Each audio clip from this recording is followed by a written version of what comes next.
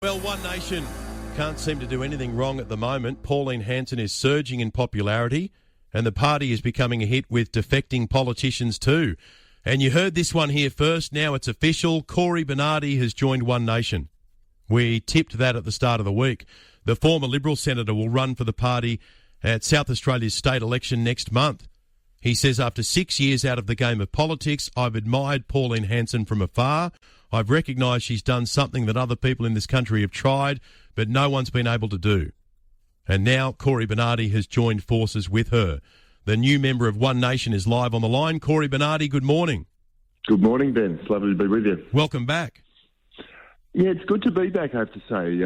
After 6 years, I describe myself as a recovering politician, but I just see the state of the country and I see the state of my own state of South Australia and think, my goodness, I've got to lend whatever skills and experience I have to the team that I actually believe in. And Pauline Hanson and One Nation are the only political force out there that's actually speaking for regular Australians and speaking to them. I know you've been close to politics for a long time, but even you'd be surprised at the rise of Pauline Hanson in the last 6 months. Well, I'm not really surprised, Ben, because the decline of the major parties and their complete lack of credibility and the fact that their policy suite over the last decades have failed Australians and failed to make our lives better. I knew there was going to be an emergence of a political force, a political alternative in the centre-right of politics. You know, there was a time where I tried to be an anchor for the Liberal Party and be their conscience. But, you know, Pauline Hanson has spent 3 decades fighting for the rights of Australians, fighting for common sense in political policy.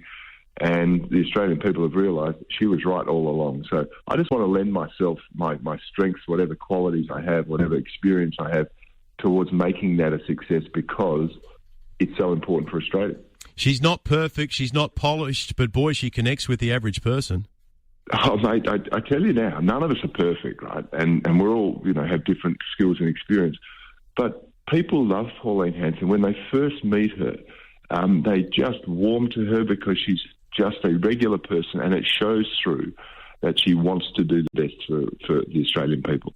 And how can you can't compete with that authenticity when you're a machine man or some sort of person who's just gone through some political grooming school and trying to lead the Liberal Party or the Labor Party. They're as fake as a $3 bill. And that's the problem.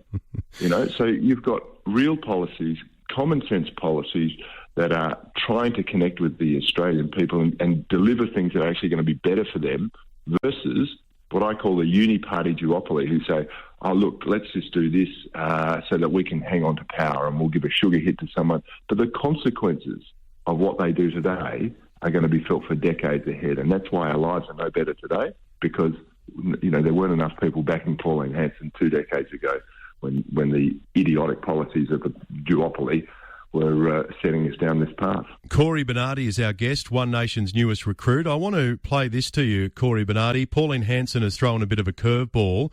She's not ruling out teaming up with the coalition, and she was asked about it last night on Sky by Chris Kenny. I'm wondering, given how hard it will be for you to win lower house seats, I'm not saying you won't, but it'll be hard for you to win a large number of lower house seats. Would you be in a position now to suggest that when you talk about possible governance, that you would be interested in being involved in a coalition government with the Nationals and the Liberals? Of course.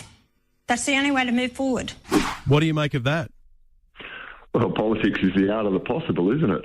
And let me tell you that if One Nation were ever to enter into coalition to form government, you bet your bottom dollar they'd have a much stronger voice than the current National Party do, or the Wets in the Liberal Party. And you got to just say, hey, if we can shape policy in this country, if we can make this country better by simply speaking up for common sense, well, you know, you've got to leave no stone unturned in trying to do it. So you've got to keep an open mind in all of this stuff then, but ultimately, in South Australia, I want to be the leader of the opposition. I want to make sure that we can, you know, hold the government to account because they're very popular down here right now. And then ultimately, we want to replace that government. So, that's the goal. It's pretty lofty goals, but I tell you what, I'll use whatever energy I've got to try and make it happen. I'm just picturing the private meeting between Pauline Hanson, Susan Lee and David Littleproud where they say, OK, so we're going to team up here to form government. Who's the leader going to be?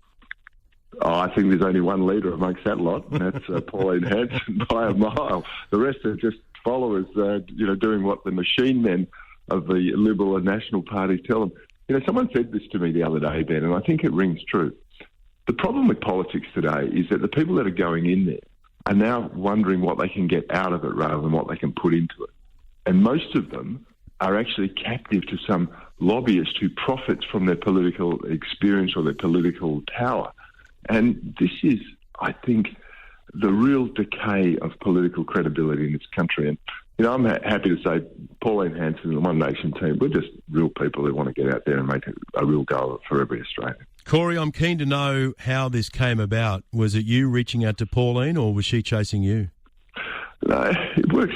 It doesn't quite work like that, Ben. I supported the One Nation campaign last year because I thought there was the only sort of credible and viable alternative for people. I'm happy to say I voted for them in my local electorate, and I joined them last year as well because I wanted to lend whatever support I could to them. And then over the course of some conversations, it came out that I was open to the idea of a return to politics, and we landed where we landed. And I have to say, I feel very enthused about it. I feel very optimistic, and I've got some real hope and positive vibes for the future of South Australia and for the country. But we've got a lot of work to do. Well, good luck, and as you say, plenty of work to do. Good to talk to you. We'll talk again. Thanks very much, Ben. All the best. Thank you so much. Cory Bernardi.